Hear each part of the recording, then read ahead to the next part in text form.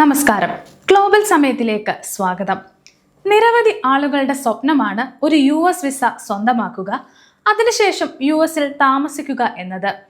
എന്നാൽ ഇന്ന് ബിസിനസ് ആവശ്യങ്ങൾക്കായാലും ടൂറിസത്തിനായാലും പഠനത്തിനായാലും ഇനി കുടുംബാംഗങ്ങളോടൊപ്പം കുറച്ചുനാൾ താമസിക്കാനായാലും വിസ ഇന്റർവ്യൂ ഒക്കെ കഴിഞ്ഞ് US പോകുക എന്നത് ഇന്ന് പലർക്കും ഒരു വെല്ലുവിളിയായി മാറിക്കഴിഞ്ഞു.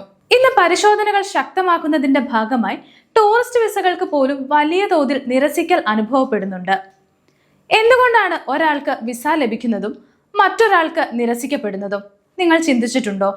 നമ്മൾ വിചാരിക്കുന്ന രീതിയിലാണോ വിസ ഓഫീസർമാർ തീരുമാനങ്ങൾ എടുക്കുന്നത്? പ്രശസ്ത ഇമിഗ്രേഷൻ അഭിഭാഷകയായ ആൻഡ്രിയ സ്യൂ വിസ ഇന്റർവ്യൂകളിലെ നടപടിക്രമങ്ങളും വിസ നിരസിക്കലിനെ കുറിച്ചും ഒരു വെളിപ്പെടുത്തൽ നടത്തിയിട്ടുണ്ട്. വിസ ലഭിക്കാൻ നിങ്ങൾക്ക് എന്തൊക്കെ കാര്യങ്ങൾ ചെയ്യണം, എന്തൊക്കെ ചെയ്യരുത്, നമുക്ക് വിശദമായി തന്നെ നോക്കാം. US വിസ ഇന്റർവ്യൂ അല്ലെങ്കിൽ വിസ പരിശോധനകളുടെ സമയത്ത് വിസ ഓഫീസർമാർ എങ്ങനെയാണ് ഒരാളുടെ അപേക്ഷ പരിശോധിക്കുന്നത് എന്നതിനെ കുറിച്ച് നമ്മൾ വിശ്വസിക്കുന്ന പല കാര്യങ്ങളും തെറ്റാണെന്നാണ് ആൻഡ്രിയ പറയുന്നത്. അവർ പങ്കുവച്ച പ്രധാനപ്പെട്ട 5 കാര്യങ്ങളെ കുറിച്ച് നമുക്ക് നോക്കാം. ഒന്നാമത്തേത്, തീരുമാനം ഇന്റർവ്യൂവിന് മുമ്പേ എടുക്കാൻ സാധ്യത കൂടുതലാണെന്നാണ്. പലരും കരുതുന്നത് നമ്മൾ ഇന്റർവ്യൂവിന് എത്തുമ്പോഴാണ് നമ്മളുടെ കേസ് ആരംഭിക്കുന്നത് എന്നാണ്. എന്നാൽ സത്യം അങ്ങനെയല്ല. നിങ്ങൾ അവിടെ എത്തുന്നതിന് മുമ്പ് തന്നെ ഓഫീസർ നിങ്ങളുടെ DS-160 ഫോം, നിങ്ങളുടെ ട്രാവൽ ഹിസ്റ്ററി, മുമ്പ് വിസയ്ക്ക് അപേക്ഷിച്ചിട്ടുണ്ടോ എന്ന വിവരം, അതുപോലെ മുമ്പത്തെ വിസ ഓഫീസറുടെ നോട്ടുകൾ എന്നിവയെല്ലാം കൃത്യമായി പരിശോധിച്ചു കഴിഞ്ഞിരിക്കും.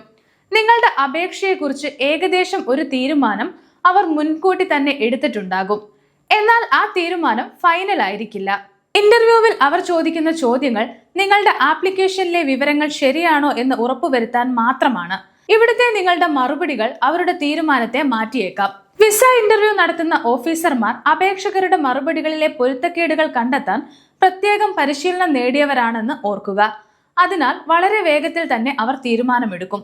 അടുത്തത്, നോ ബെനിഫിറ്റ് ഓഫ് ഡൗട്ട് ആണ്. നിങ്ങൾ പറയുന്ന ഏതെങ്കിലും ഒരു കാര്യത്തിൽ വ്യക്തതക്കുറവുണ്ടെങ്കിൽ അല്ലെങ്കിൽ എന്തെങ്കിലും തരത്തിലുള്ള പൊരുത്തക്കേടുകൾ ഉണ്ടെങ്കിൽ വിസ ഓഫീസർമാർ നിങ്ങൾക്ക് ഒരു ആനുകൂല്യവും നൽകില്ല. പകരം അതിനെ അവർ ഒരു ആശങ്കയായി കണക്കാക്കി വിസ നിരസിക്കാൻ സാധ്യത കൂടുതലാണ്. ദിവസവും 100ഓളം പേരെ ഇന്റർവ്യൂ ചെയ്യുന്ന അവർക്ക് ഓരോ കേസും വളരെ ഡീറ്റെയിൽ ആയി അന്വേഷിക്കാൻ സമയമില്ല. അതുകൊണ്ട് തന്നെ കാര്യങ്ങൾ കൃത്യമായും വ്യക്തമായും അവതരിപ്പിക്കേണ്ടത് നിങ്ങളുടെ മാത്രം ഉത്തരവാദിത്തമാണ്. അടുത്തത്, സ്റ്റോപ്പ് റാംബ്ലിംഗ് ആണ്. ആൻഡ്രിയ പറയുന്നത്, വിസ ഇന്റർവ്യൂ സമയത്ത് പലരും വിചാരിക്കുന്നത് കൂടുതൽ സംസാരിച്ചാൽ വിസ കിട്ടാൻ എളുപ്പമാണെന്നാണ്. എന്നാൽ സത്യം ഇതല്ല. അനാവശ്യമായി നിങ്ങൾ വലിച്ചുവാരി സംസാരിക്കുന്നത് നിങ്ങളുടെ കേസിനെ ദോഷകരമായി ബാധിക്കും. വളരെ ചുരുക്കത്തിലും നേരിട്ടുള്ളതുമായ ഉത്തരങ്ങളാണ് അവർ പ്രതീക്ഷിക്കുന്നത്. ഓഫീസർ ചോദിക്കുന്ന കാര്യത്തിന് കൃത്യമായ മറുപടി മാത്രം പറയുന്നതാണ് ബുദ്ധി. അമിതമായ വിശദീകരണങ്ങൾ നൽകുന്നത് നിങ്ങളുടെ ആത്മവിശ്വാസമില്ലായ്മയായിട്ടാണ് അവർ കണക്കാക്കുന്നത്. അടുത്തത്, നിങ്ങളുടെ ഉത്തരങ്ങളും അപേക്ഷയും തമ്മിലുള്ള പൊരുത്തക്കേടാണ്. നിങ്ങൾ DS-160 നൽകിയിരിക്കുന്ന വിവരങ്ങളും ഇന്റർവ്യൂവിൽ പറയുന്ന ഉത്തരങ്ങളും തമ്മിൽ പൊരുത്തക്കേടുകളോ വ്യത്യാസമോ ഉണ്ടാകാൻ പാടില്ല. അങ്ങനെ ഉണ്ടായാൽ നിങ്ങൾ കള്ളം പറയുന്നതായി കണക്കാക്കും. അതുപോലെ നിങ്ങളുടെ മൊത്തത്തിലുള്ള വിശ്വാസത്തെയും ഇത് ബാധിക്കും. ഇന്റർവ്യൂ ഓഫീസർമാർ വിശ്വസ്തതയ്ക്ക് മുൻഗണന നൽകുന്ന ആളുകളാണ്. അടുത്തത്, ആത്മവിശ്വാസം പ്രധാനമാണ്. നിങ്ങളുടെ വിസ അപേക്ഷയെക്കുറിച്ച് നിങ്ങൾക്ക് കൃത്യമായ ധാരണ ഉണ്ടായിരിക്കണം. അതുപോലെ നിങ്ങളുടെ ഉത്തരം വ്യക്തമായിരിക്കണം. എന്നാൽ ഇന്റർവ്യൂവിൽ നൽകുന്ന ഉത്തരങ്ങൾ വൈവ എക്സാമിന് കാണാപ്പാഠം പഠിച്ചു പറയുന്നത് പോലെ ആകരുത്. നല്ല ആത്മവിശ്വാസത്തോടും സ്പോണ്ടേനിയസ് ആയിട്ടുള്ള ഉത്തരങ്ങളാണ് ഓഫീസർ ആഗ്രഹിക്കുന്നത്. ഇവിടെ നിങ്ങൾക്ക് ചെയ്യാൻ സാധിക്കുന്ന ഒരു കാര്യമുണ്ട്.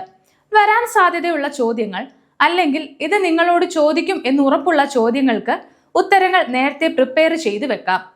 എന്നാൽ അത് കാണാതെ പഠിച്ചു പറയുന്നത് പോലെ ആകരുത്. US വിസ ഇന്റർവ്യൂ എന്നത് നിങ്ങൾ അപേക്ഷയിൽ നൽകിയ വിവരങ്ങൾ സ്ഥിരീകരിക്കാനുള്ള ഒരു പ്രക്രിയ മാത്രമാണ്. ഇവിടുത്തെ നിങ്ങളുടെ പെർഫോമൻസ് വിലയിരുത്തിയതിനു ശേഷമായിരിക്കും നിങ്ങൾക്ക് വിസ ലഭിക്കുന്നത്.